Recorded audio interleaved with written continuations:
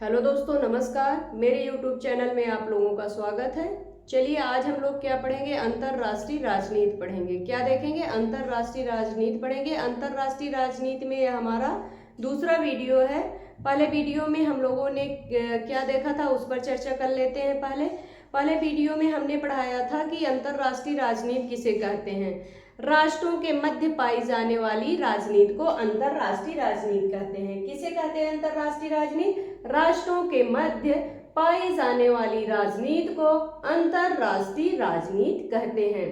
प्रत्येक समूह, आगे देखते हैं, प्रत्येक समूह राष्ट्र या राज्य, प्रत्येक समूह राष्ट्र या राज्य की क्या होती है, अपनी आवश्यकताएं होती हैं, इच्छाएं होती हैं, अभिलाषाएं होती हैं। इसी को क्या कहा जाता है, राष्ट्रीय हित कहा जाता है। प्रत्येक राष्ट्र की अपनी इच्छाएं, आवश्यकताएं और अभिलाषाएं होती हैं, इसी को राष्ट्रीय हित कहा जाता है। प्रत्येक राष्ट्र क्या करना चाहता है, अपने राष्ट्रीय हित की पूर्ति करना चाहता है। प्रत्येक राष्ट्र क्या करना चाहता है, अधिक से अधिक अपने राष्ट्रीय हित की पूर्ति करना चाहता है। इस राष्ट्रीय हित को पूर्ति करने में कभी कभी क्या, मतभेद की स्थिति उत्पन्न हो जाती है। किसकी? मतभेद की स्थिति उत्पन्न हो जाती है। मतभेद की स्थिति को पहले जो है शांतिपूर्वक तरीके से या कूटनीति के माध्यम से हल करने का प्रयास किया जाता है। जब शांति तरीके से या कूटनीति के माध्यम से जब ये चीजें नहीं हल होती हैं तो फिर किसका प्रयोग किया जाता है, शक्ति का प्रयोग किया जाता है। किसका प्रयोग किया जाता है, शक्ति का प्रयोग किया जाता है। प्रत्येक राष्ट्र अपने शक्ति का प्रयोग करके, प्रत्येक राष्ट्र अपनी शक्ति का प्रयोग करके आपसी संबंधों को इस प्रकार व्यवस्थित करता है कि उसे अधिक से अधिक लाभ हो। क्या हो? उसे अधिक से अधिक लाभ हो। भाई कोई किसी से संबंध क्यों बनाना चाहता है? संबंध इसलिए बनाना चाहता है कि उसे लाभ हो। अगर उसे हानि होगी तो संबंध बनाने में क्या फायदा? तो फिर कोई भी संबंध नहीं बनाना चाहेगा कि उसे सिर्फ हानि हो। तो प्रत्येक राष्ट्र क्या करते हैं, प्रत्येक राष्ट्र अपनी शक्ति का प्रयोग करके आपसी संबंधों को इस तरह व्यवस्थित करते हैं कि उन्हें अधिक से अधिक लाभ हो। विभिन्न राष्ट्र जो है राष्ट्रीय हित, विभिन्न राष्ट्र अपने राष्ट्रीय हित की पूर्ति के लिए आपसी संबंधों में संघर्ष की जिस स्थिति में रहते हैं उसी को क्या कहा जाता है, अंतर्राष्ट्रीय राजनीति कहा जाता है। क्या कहा जाता है? अंतर्राष्ट्रीय राजनीति कहा जाता है। प्रत्येक राष्ट्र अपने हित की पूर्ति के लिए आपसी संबंधों में संघर्ष की जिस स्थिति में रहते हैं उसी को क्या कहा जाता है, अंतर्राष्ट्रीय राजनीति कहा जाता है। अगर हम संघर्ष को या मतभेद की स्थिति को, संघर्ष को या मतभेद को निकाल दें तो शक्ति और राष्ट्रीय हित का कोई स्थान नहीं बचता, मतलब उसका कोई अस्तित्व नहीं बचता।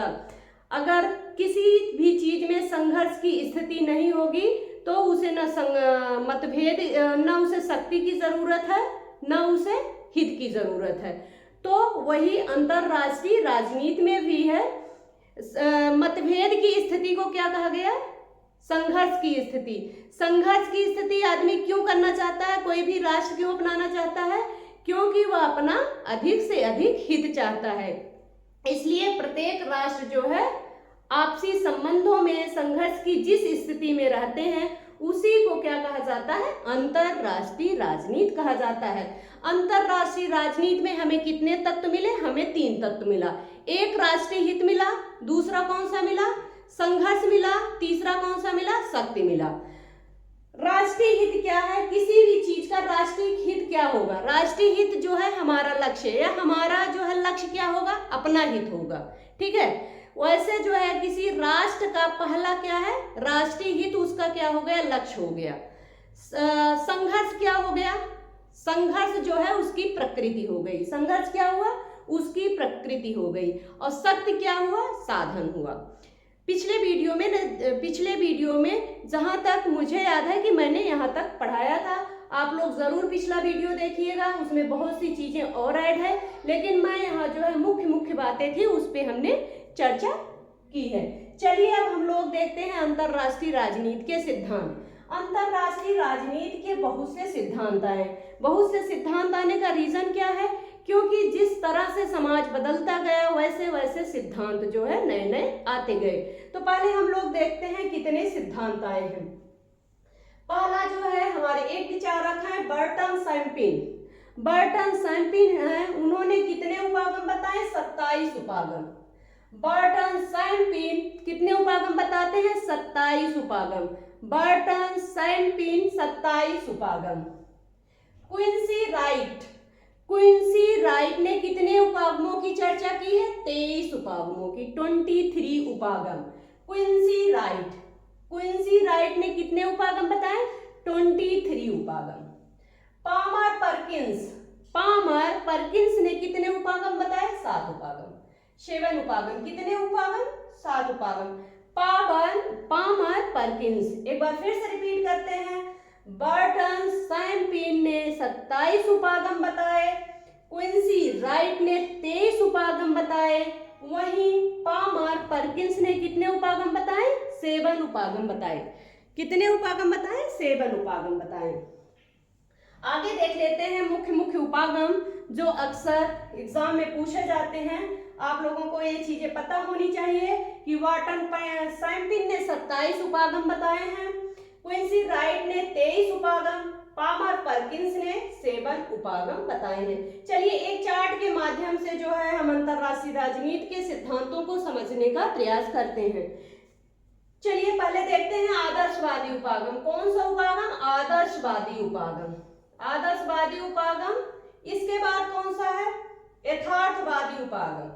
आदर्शवादी उपागम, यथार्थवादी उपागम दोनों क्या है? कट्टर विरोधी हैं।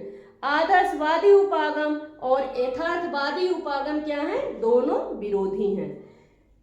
तीसरा देख लेते हैं व्यवस्था सिद्धांत। व्यवस्था सिद्धांत को व्यवहारिक सिद्धांत या वैज्ञानिक सिद्धांत भी कहते हैं। कहीं कहीं व्यवस्था सिद्धांत दिया जाता है, कहीं कहीं व्यवहारिक सिद्धांत, कहीं कहीं वैज्ञानिक सिद्धांत। ठीक है। इसके बाद आया कौन? सौदेबाजी उपागम। सौदेबाजी उपागम, सौदेबाजी उपागम। फिर इसके बाद कौन सा उपागम है? खेल उपागम। खेल उपागम, खेल उपागम। ये सारे कितने उपागम हो गए? पहला जो है आदर्शवादी, दूसरा यथार्थवादी, तीसरा व्यवस्था सिद्धांत, चौथा जो सौदेबाजी, पांचवा जो है खेल उपागम। ये हमारे जो है मोस्ट उपागम है जो हम लोग आगे पढ़ेंगे। कौन कौन से? आदर्शवादी उपागम, यथार्थवादी उपागम, व्यवस्था उपागम या व्यवहारिक उपागम या वैज्ञानिक उपागम। इसके बाद कौन सा? सौदेबाजी उपागम, फिर खेल उपागम। ये राजनीति उत्पत्ति के सिद्धांत है। ठीक है। अब हम लोग देखते हैं आदर्शवादी उपागम। थोड़ा सा समझते हैं आदर्शवादी उपागम को। कॉन्डरसैट, कॉन्डरसैट कौन? Condorcet Woodrow Wilson, Condorcet Woodrow Wilson, Butterfield, Butterfield, Bertrand Russell, Bertrand Russell, Bertrand Russell इसके क्या माने जाते हैं? आदर्शवादी सिद्धांत के समर्थक। अंतरराष्ट्रीय राजनीति के आदर्शवादी सिद्धांत के समर्थक कौन कौन से हैं? नंबर 1 कॉन्डरसैट, नंबर 2 विड्रो विल्सन, बटनफील्ड और कौन है? वार्नट रसल। वार्नट रसल आदर्शवादी सिद्धांत के समर्थक हैं। कौन कौन? Condorcet, Woodrow Wilson, बटनफील्ड, वार्नट Russell. Bertrand Russell क्या है? आदर्शवादी उपागम के समर्थक हैं। आगे देख लेते हैं यथार्थवादी उपागम। यथार्थवादी उपागम George Kennan, George Kennan, George Kennan, Morgenthau, George Kennan, Morgenthau को अंतरराष्ट्रीय राजनीति के यथार्थवादी सिद्धांत का प्रवर्तक माना जाता है। किसको किसको? जॉर्ज कैनन, मार्गेनथाउ को अंतरराष्ट्रीय यथार्थवादी सिद्धांत का प्रवर्तक माना जाता है। इसके समर्थक देखते हैं Watkins, Watkins, Lasswell, Watkins, Lasswell, David Easton, Watkins, और कौन से हैं? Lasswell, Watkins, Lasswell, David Easton, Watkins, Lasswell, David Easton जो है किसके? यथार्थवादी सिद्धांत के समर्थक हैं। अंतरराष्ट्रीय राजनीति के यथार्थवादी सिद्धांत के प्रवर्तक कौन है? जॉर्ज कैनन मार्गेनथाउ, समर्थक कौन है? वाल्किंस, लासवेल, डेविड ईस्टन क्या है? इसके समर्थक हैं। आगे देख लेते हैं व्यवस्था सिद्धांत में सर्वप्रथम कल्पना कौन किया था? सर्वप्रथम व्यवस्था सिद्धांत, वैज्ञानिक सिद्धांत या व्यवहारिक सिद्धांत की कल्पना किसने की थी? किसने किया था? W Thomson. किसने किया था? कल्पना जो है डब्ल्यू थॉमसन ने किया था। किसने किया था? W Thomson. और इसको जो है मार्टन कैप्लान ने क्या किया था? व्यवस्थित किया था। व्यवस्थित किसने किया था? मार्टन कैप्लान ने व्यवस्थित किया था। और कल्पना किसने की थी? डब्ल्यू थॉमसन ने व्यवस्था सिद्धांत, वैज्ञानिक सिद्धांत या व्यवहारिक सिद्धांत की सर्वप्रथम क्या किए थे? कल्पना किए थे। और मार्टन कैप्लान ने सर्वप्रथम अंतरराष्ट्रीय राजनीति के व्यवस्था सिद्धांत, व्यवहारिक सिद्धांत या वैज्ञानिक सिद्धांत को व्यवस्थित किया था। कौन? मार्टन कैप्लान ने। आप लोग समझ गए होंगे। आगे देखते हैं सौदेबाजी उपागम। आप लोग नाम अक्सर पूछा जाता है, इसलिए बार बार मैं रिपीट कर रही हूँ कि आप लोगों को याद हो जाए। सौदेबाजी उपागम, थॉमस सेलिंग इसके क्या थे? शुरुआती जो है प्रवर्तक माने जाते हैं। थॉमस सेलिंग क्या माने जाते हैं? शुरुआती प्रस्तावक माने जाते हैं। क्या माने जाते हैं? प्रवर्तक नहीं, सॉरी, शुरुआती प्रस्तावक सौदेबाजी उपागम के कौन है? थॉमस सेलिंग सौदेबाजी उपागम के शुरुआती प्रस्तावक हैं। कौन? Thomas selling. जेम्स फियर्स ने इसको प्रमुखता प्रदान किया। किसने प्रमुखता प्रदान किया? जेम्स फियर्स ने जो है सौदेबाजी सिद्धांत को प्रमुखता प्रदान की। जेम्स फियर्स ने अंतरराष्ट्रीय राजनीति के सौदेबाजी सिद्धांत को क्या प्रदान किया? प्रमुखता प्रदान किया। कौन? जेम्स फियर्स ने। और शुरुआती जो है इसका प्रस्तावक कौन माना जाता है? थॉमस सेलिंग इसका क्या है? शुरुआती प्रस्तावक। आगे देखते हैं खेल सिद्धांत, खेल उपागम। विकास किसने किया? Thomas selling. विकास किसने किया? Thomas selling. खेल उपागम के जो है अंतरराष्ट्रीय राजनीति का खेल उपागम किसने विकसित किया?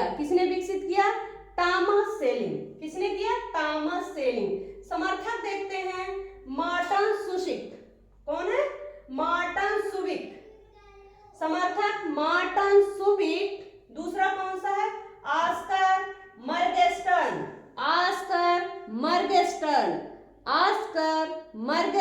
पहला कौन सा है? Martin Shubik, Oskar Morgenstern. इसके क्या हैं? और कौन है इसके समर्थक हैं? कौन है समर्थक है? मार्टन सुबिक। और कौन है? ऑस्कर मर्गेस्टर्न इसके समर्थक हैं। अपनाने का प्रयत्न कौन किया? खेल उपागम को अपनाने का प्रयत्न किस विचारक ने किया?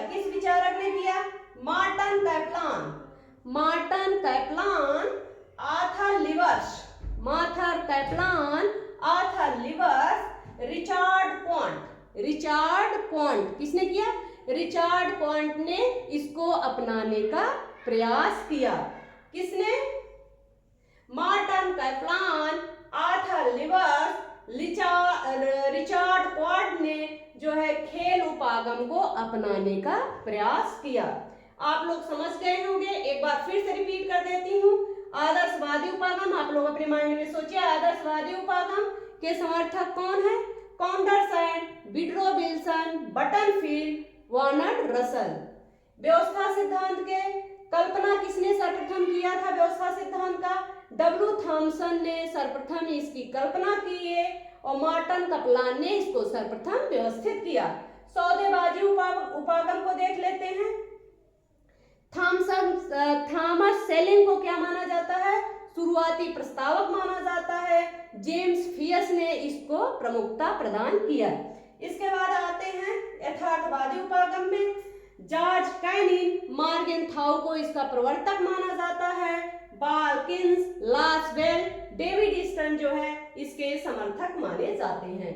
खेल उपागम को देख लेते हैं। खेल उपागम का विकास किसने किया? Thomas selling. थॉमस सेलिंग ने इसका विकास किया। समर्थक किसे माना जाता है? मार्टिन सुविक को और किसको? ऑस्कर मॉर्गेनस्टर्न को। ऑस्कर मॉर्गेनस्टर्न को अपनाने का प्रयत्न किस विचारक ने किया? मार्टिन कैपलान ने किया, आर्थर लिवर्स ने किया, रिचार्ड क्वांट ने किया। आप लोग समझ गए होंगे। आइए आगे देखते हैं इंपॉर्टेंट पॉइंट। यथार्थवादी सिद्धांत का समर्थक। यथार्थवादी सिद्धांत का समर्थक, अभी मैंने बताया यथार्थवादी सिद्धांत का समर्थक कौन है? Watkins, Lasswell, David Easton, Thucydides. कौन कौन से हैं? Watkins, Lasswell, David Easton, Thucydides, Hobbes, Machiavelli, Morgenthau. Hobbes, Machiavelli, Morgenthau, Thucydides, Hobbes, Machiavelli, Morgenthau, Watkins, Lasswell, David Easton यथार्थवादी सिद्धांत के समर्थक हैं। आप लोगों को पता हो गया होगा। आगे देखते हैं। आदर्शवाद का आधारभूत सिद्धांत क्या है? आदर्शवाद का आधारभूत सिद्धांत क्या है? क्वेश्चन पूछा जाता है, आदर्शवाद का आधारभूत सिद्धांत क्या है? अंतरराष्ट्रीय राजनीति के आदर्शवाद सिद्धांत का जो है मुख्य आधारभूत सिद्धांत क्या है? तो क्या है? अंतरराष्ट्रीय राजनीति। अंतरराष्ट्रीय राजनीति जो है स्थिति क्या होती है? हमेशा संघर्षपूर्ण होते हैं। क्या होते हैं? अंतरराष्ट्रीय राजनीति जो है इसका क्या, इसका आधारभूत क्या है? हमेशा इसका आधारभूत सिद्धांत क्या है? जो है आदर्शवादियों ने क्या बताया है कि जो ये है हमेशा संघर्षपूर्ण की स्थिति में रहता है, संघर्षपूर्ण होते हैं। संघर्षों का समाधान जो है अंतोगत्वा युद्ध से होता है। आदर्शवादियों ने क्या बताया? अंतरराष्ट्रीय राजनीति का आधारभूत सिद्धांत क्या है? जो है सभी राष्ट्र जो है संघर्ष की स्थिति में रहते हैं, अंतोगत्वा जो है युद्ध होता है। क्या होता है? अंतोगत्वा जो है युद्ध से समाधान किया जाता है। अंतरराष्ट्रीय राजनीति में आधारभूत सिद्धांत का प्रमुख आधारभूत तत्व है कि जो है प्रत्येक राष्ट्र जो है हमेशा जो है संघर्ष की स्थिति में रहते हैं और इनका समाधान अंतोगत्वा किससे होता है? युद्ध से होता है। एक ऐसे पॉइंट समझते चलते हैं क्योंकि क्वेश्चन यहीं से उठते हैं। आगे हम लोग आदर्शवादी सिद्धांत और सारे सिद्धांत को पढ़ेंगे, लेकिन थोड़ा थोड़ा मोस्ट पॉइंट जो है उसको पढ़ते चले। यथार्थवाद। यथार्थवाद अंतरराष्ट्रीय संबंध जो है राज्य का अस्तित्व। इन्होंने क्या बताया? यथार्थवाद का आधारभूत तत्व क्या है? अंतरराष्ट्रीय राजनीति में यथार्थवाद का आधारभूत सिद्धांत क्या है? आधारभूत सिद्धांत क्या है? क्या है आधारभूत सिद्धांत? अंतरराष्ट्रीय संबंध राज्य का अस्तित्व जो है सहयोग से नहीं, इन्होंने कहा किस पे आधारित है? प्रतिस्पर्धा पर आधारित है। किसने कहा? यथार्थवादी विचारकों ने। यथार्थवादी विचारकों ने क्या कहा कि जो है यह सहयोग पर आधारित नहीं है, बल्कि किस पर आधारित है? प्रतिस्पर्धा पर। प्रतिस्पर्धा पर मतलब एक राष्ट्र जो है सर्व प्रमुख क्या चाहता है, अपना हित। इसी में दो जो है क्या हो रहा है, संघर्ष हो रहा है। किसमें? यथार्थवादियों ने कहा कि प्रत्येक राष्ट्र जो प्रतिस्पर्धा की स्थिति में रहते हैं वह जो क्या करते हैं, अधिक से अधिक अपना हित चाहते हैं। आप लोग समझ गए होंगे। आगे देखते हैं, संयुक्त राष्ट्र संघ के प्रतिनिधि अंग एवं लोकप्रिय अंग का नाम क्या है? संयुक्त राष्ट्र संघ के प्रतिनिधि अंग, देखिए ध्यान से सुनिएगा आप लोग, संयुक्त राष्ट्र संघ के प्रतिनिधि अंग एवं लोकप्रिय अंग का नाम क्या है? क्वेश्चन पूछा जाता है। संयुक्त राष्ट्र संघ के प्रतिनिधि अंग एवं लोकप्रिय अंग का नाम क्या है? इसमें 3 नाम दे रहा है इसका, संयुक्त राष्ट्र 2 नाम दे रहा है। संयुक्त राष्ट्र संघ के प्रतिनिधि अंग, प्रतिनिधि अंग एवं, अभी बताते हैं प्रतिनिधि अंग क्या है, क्यों इसको बोल रहा है, लोकप्रिय अंग का नाम क्या है? नाम क्या है इसका? नाम है महासभा। नाम क्या है इसका? महासभा। कोई आंसर क्या होगा? महासभा। आंसर क्या हुआ? महासभा। इसे मानव संसद भी कहा जाता है, लोकप्रिय, जिसमें आराम से सब लोग बैठ सकते हैं, लोकप्रिय मानव संसद कहा जाता है। किसे? महासभा को मानव संसद कहा जाता है। महासभा को मानव संसद कहा जाता है क्योंकि संयुक्त राष्ट्र समस्त सदस्यों को बैठने का अधिकार है। इसमें जो है सभी सदस्यों को बैठने का अधिकार है। क्या है? किसमें? महासभा में प्रत्येक सदस्य को बैठने का अधिकार है। महासभा, प्रत्येक राष्ट्र जो है 5 प्रतिनिधि भेजता है। महासभा में प्रत्येक राष्ट्र जो है 5 प्रतिनिधि भेजता है। कितने प्रतिनिधि भेजते हैं? 5 प्रतिनिधि भेजते हैं। महासभा में प्रत्येक राष्ट्र जो है अपने 5 प्रतिनिधि भेजता है, किंतु उनके वोट का मूल्य एक ही होता है, चाहे कोई राज्य बड़ा हो या छोटा हो। महासभा में कितने प्रतिनिधि भेजता है कोई राष्ट्र? 5 प्रतिनिधि भेजता है। कोई राज्य छोटा हो या बड़ा हो इसका कोई फर्क नहीं पड़ता, वोट का मूल्य एक ही होगा। ठीक है, तो आप लोग यह वीडियो पढ़िए, अगर समझ में ना आए तो आप लोग बताइएगा, मैं फिर से पढ़ा दूंगी, लेकिन आप लोग कमेंट करते रहिए जिससे मुझे पता चले कि हाँ चीजें आप लोगों के समझ में आ रही हैं। तो चलिए आप लोग वीडियो देखिए और चैनल को शेयर करना मत भूलिएगा, जरूर शेयर करिएगा मेरे लिए। धन्यवाद।